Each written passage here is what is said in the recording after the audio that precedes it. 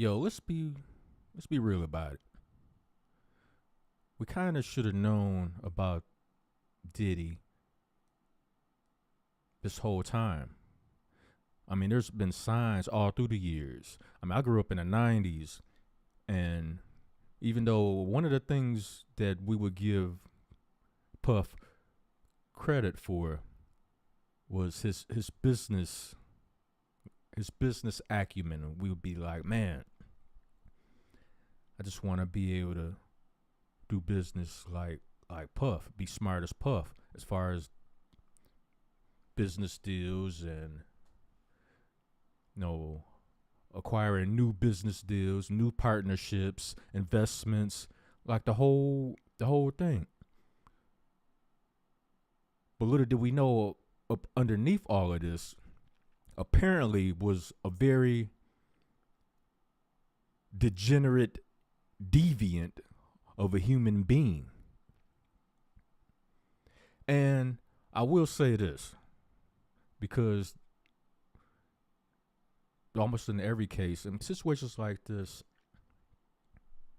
the truth is always in the middle. Now, every single thing, 100% of the things he's being accused of is probably not true.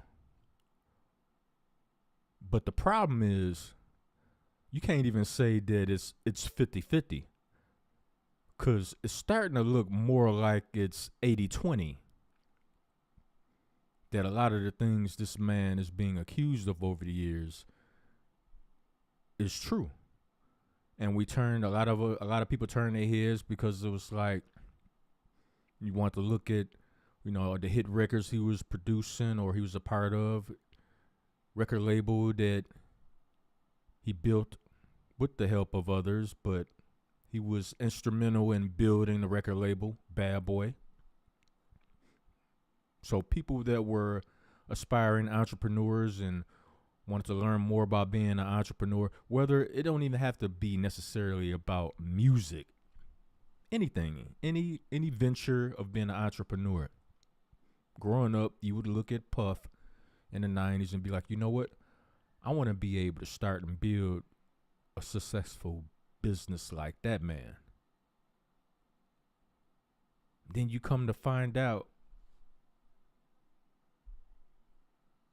that this is one of the most depraved human beings walking the face of this earth. So now it's like, okay, so now we got to parse and piece together, okay, what part is exaggeration? Who's capping? Who's telling the truth? Because now there's going to be any cases in the past that might have gone cold and have been closed. I guarantee you those cases are going to be reopened now. I think we know a particular case that I'm talking about in regards to his ex-wife, Kim Porter. Pretty sure that case will be reopened because now it's like, okay, all these things are coming out about you, all these accounts, all these witnesses of first-hand accounts. All these witnesses at first-hand accounts detailing the violence that this man perpetrated against them. And these people are going into great detail. So now it's like, oh, when you parse out the details, like that's pretty terrible. So if he's willing to do that, what else is he willing to do? And now you hear the stories about him having hidden cameras all over his house.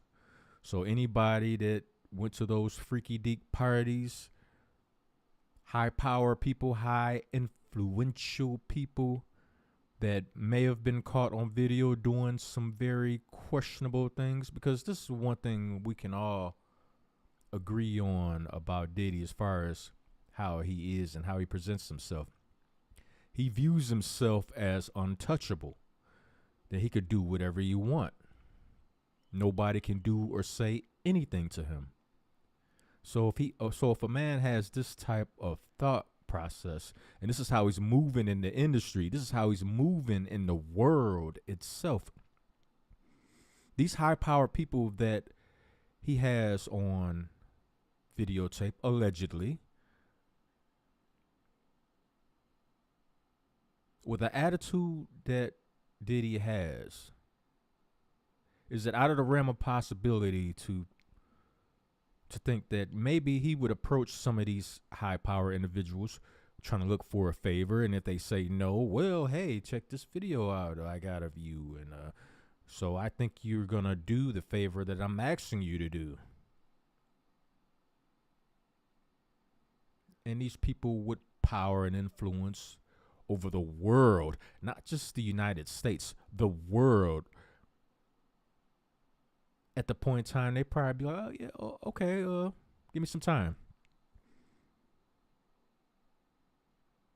They go back to their residence. They get on the bat phone, call up some high power, influential people within the United States government. Hey, do me a favor. I got something to talk to you guys about.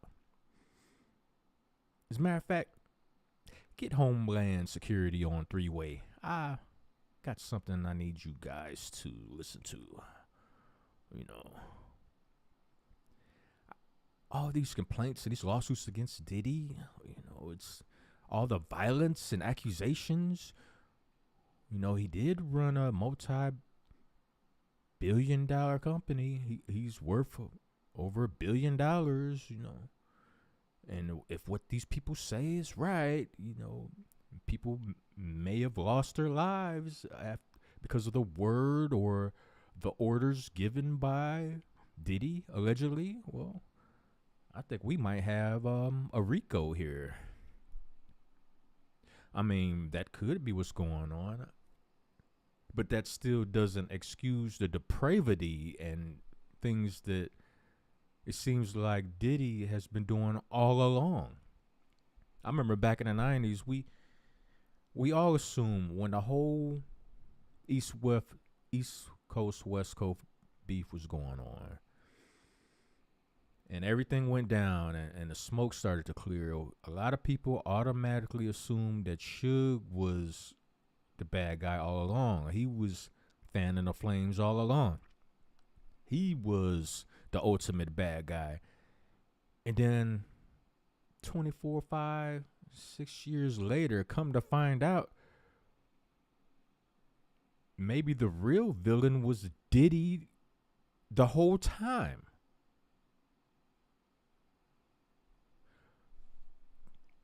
This article was published November 20th, 2023. Let's check this out. And you just look at the eyes of this man. He looks like a man that's lost and confused. And inside of him is a bundle of rage that he cannot control. And the more money he got, the more he felt he was untouchable. Nobody could say anything or do anything to him. So in his mind, hey, why not blackmail some of these high power people in the world? They got something I want, and damn it, they're going to give it to me. Allegedly. See, this is what I'm envisioning in my mind that could have went down in this scenario, of which brought Homeland Security to Diddy's properties in LA and Miami and New York. Let's read some of this. In the year hip-hop turned 50, one of the Junior's leading figures, Sean Diddy Combs, was accused by longtime ex-partner Cassie of a decade of continued and pervasive sexual abuse, including allegations of sex trafficking and scrape in a bombshell lawsuit. The parties quickly came to a settlement a day after the lawsuit was filed and made public. This has posed the question of Diddy's liability in the alleged abuse against Cassie, also known as Cassandra Ventura. And for those following his career, this had raised questions about a history of violence that people have ignored until now because of his role in hip hop. This is what I'm saying. See, when he settled that lawsuit that Cassie brought to him, I knew right then and there the floodgates was gonna open. And as cocky no Diddy, as Puffy is and was, he would think he was untouchable. Yeah, the dam has broken, and you got 500-foot waves, but I don't need to know how to swim. I don't need a life jacket. I'm Diddy. Who cares? Yeah, I paid her, so what? This is what I'm envisioning his reaction was, which is why he took the whole thing so lightly. But Cassie wasn't playing. And there's another part to this too. Cassie's being allowed to double back. She was allowed, and she might have been working with the feds the whole time. She might have started talking to the feds first. This is my personal opinion, because the information that Cassie had, the feds probably knew they had something. Like, we can get, if any portion of this is true, we can probably get a RICO on Diddy. Trafficking, all that. And Cassie might have been like, well, before you do that, can I get my money out of him first? The money that he owed me, that he promised me? And they'd be like, sure, provided you cooperate with us on the back end when we start our investigation. Oh, sure. So she files her lawsuit. I don't know if this happened at all. I'm thinking out loud, and I don't know the legalities if, she can do something like this, or if the government would allow her to do something like this, if they were trying to get a RICO on somebody and she would be instrumental to their investigation. So I'm thinking out loud. I'm like, maybe they was like, okay, do that. And, that might even help us even more, especially if he settles. And over the years, Cassie probably built up a cauldron of information and connecting the dots and crossing the T's, dotting the I's. Like, everything's connecting people, places, and things. And once she revealed just a little bit of that to Diddy, like, yo, if you don't pay me, I'm going to give all this to the feds. Then you see these videos of Diddy, I guess, sitting talking to his lawyer with both hands on his head, soaking, right before he decides the next day, or was it 24, 48 hours later, to settle with Cassie. That was strike one. Because now you gave a green light to the feds. Like, okay, well, a lot of what she has told us must be true. Let's find out how much is true. And let's start attaching these things. Let's connect these dots, because these dots might be connected to dead bodies too. So let's do that. And if we can do that, we could probably connect these dots and these dead bodies to some drugs. And once we do that, we could probably connect these drugs and these dead bodies with these dots and connect them to trafficking.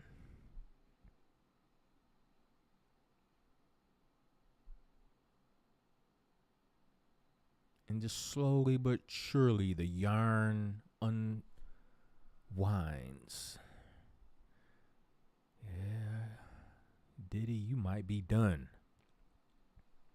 The creator of Bad Boy Records built his career from the ground up, from being a young radio intern to a hip-hop billionaire mogul, name-checked in songs like Keisha's classic TikTok. During a recent performance, Keisha removed Diddy from her most infamous line, "Wake up in the morning feeling like P. Diddy." It's like that song by Phil Collins. Can you feel it in the air of the night? It's like something's changing in the ether.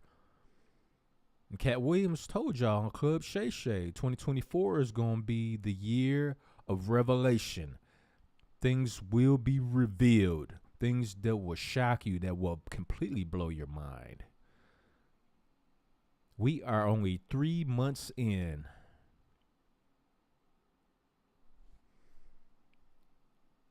And April is next week. I wonder what's going to jump off next.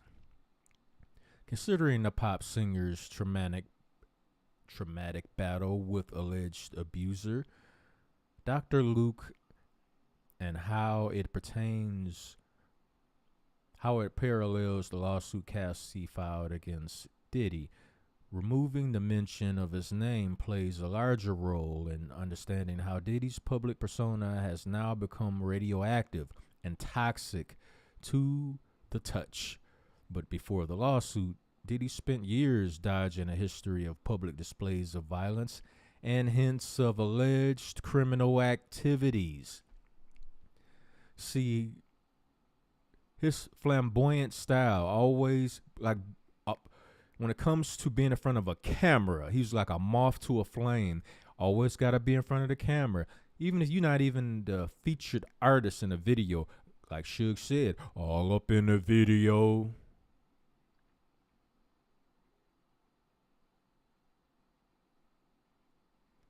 So it's starting to seem like, to me, Diddy has built up years and years of bad karma. And it's starting to look like it's time to pay. It's time for you to balance out the universe. Because now, as of now, like before all this started breaking out, before Cassie filed her lawsuit, the universe was very unbalanced in the favor of Diddy. Yeah, he was accused of a whole bunch of things in the past, but a lot of that stuff blew over because everybody was so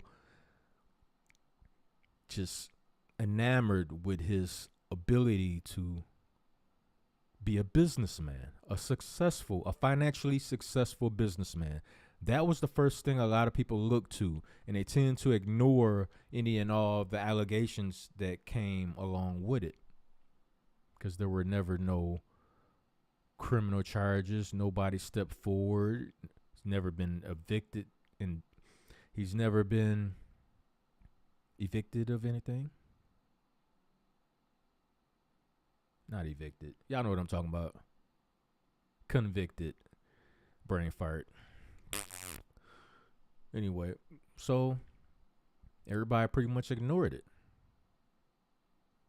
Come to find out all these years later, it's a great possibility that not only was a lot of that, if not all of that, is true, but it's 10 times worse. Puffy, what are you doing, man?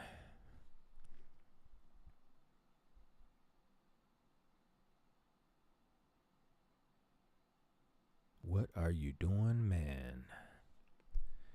Even though the music mogul has been able to shapeshift his image to his liking, his reputation has never been free of controversy.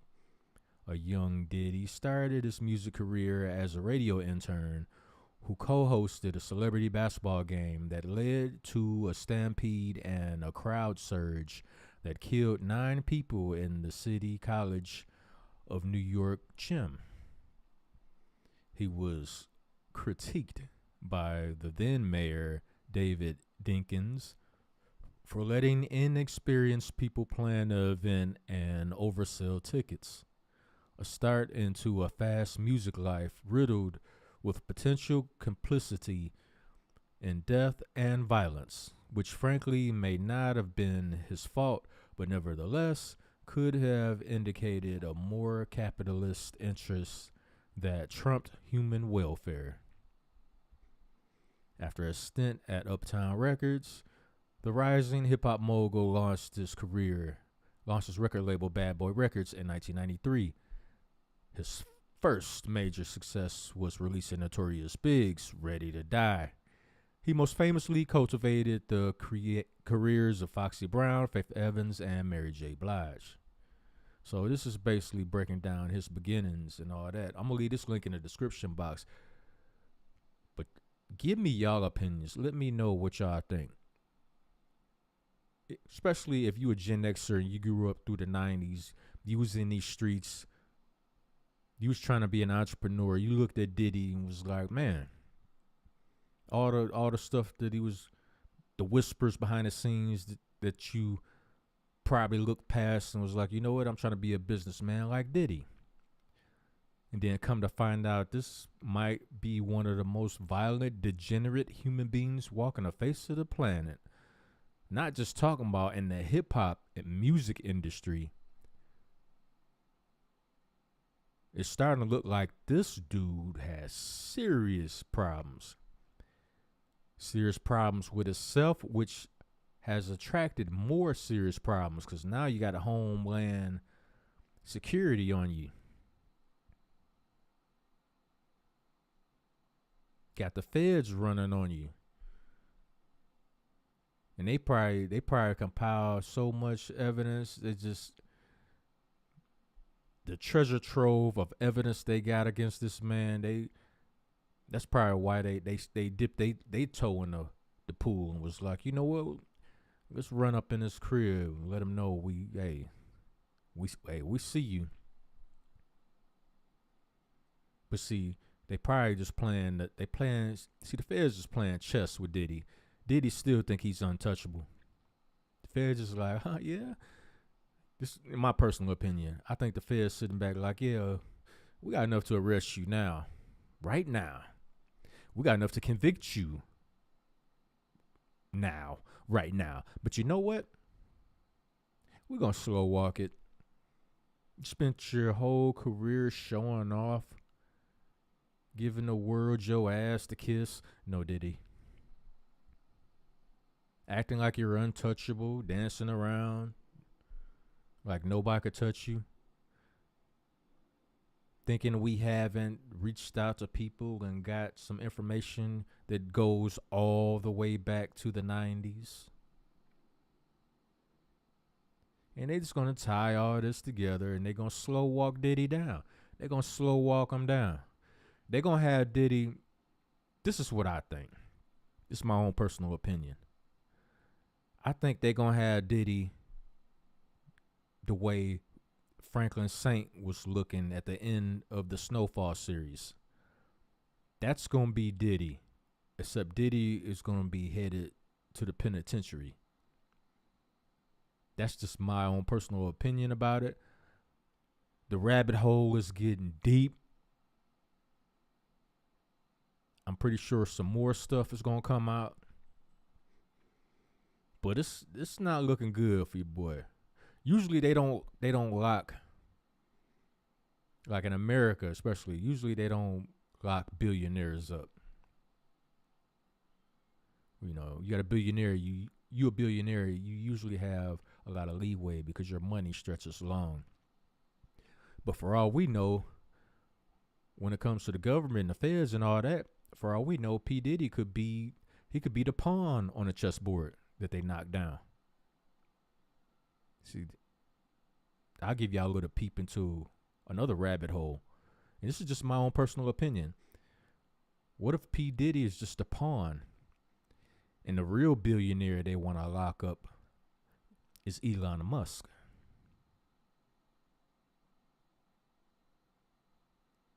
Because him unlocking Twitter/X, more information can be shared on Twitter. Things that were severely censored in the past. And if they've never locked up a billionaire before, because there's no precedent, there's no way they can go after Elon. unless they lock up a different billionaire to create a precedent. I'm just saying, these are just random thoughts that I'm having and throwing out there. Anyway, let me know what y'all think. Yo, hit the like button for this video. Share this video. Let me know what y'all think. Like I said, Diddy was probably a bad dude, a degenerate dude this whole time, and we just looked past it. But chickens have come home to roost. Yo, if you like my content, bless the Cash App. $Cobra Clutch 357. I'm out.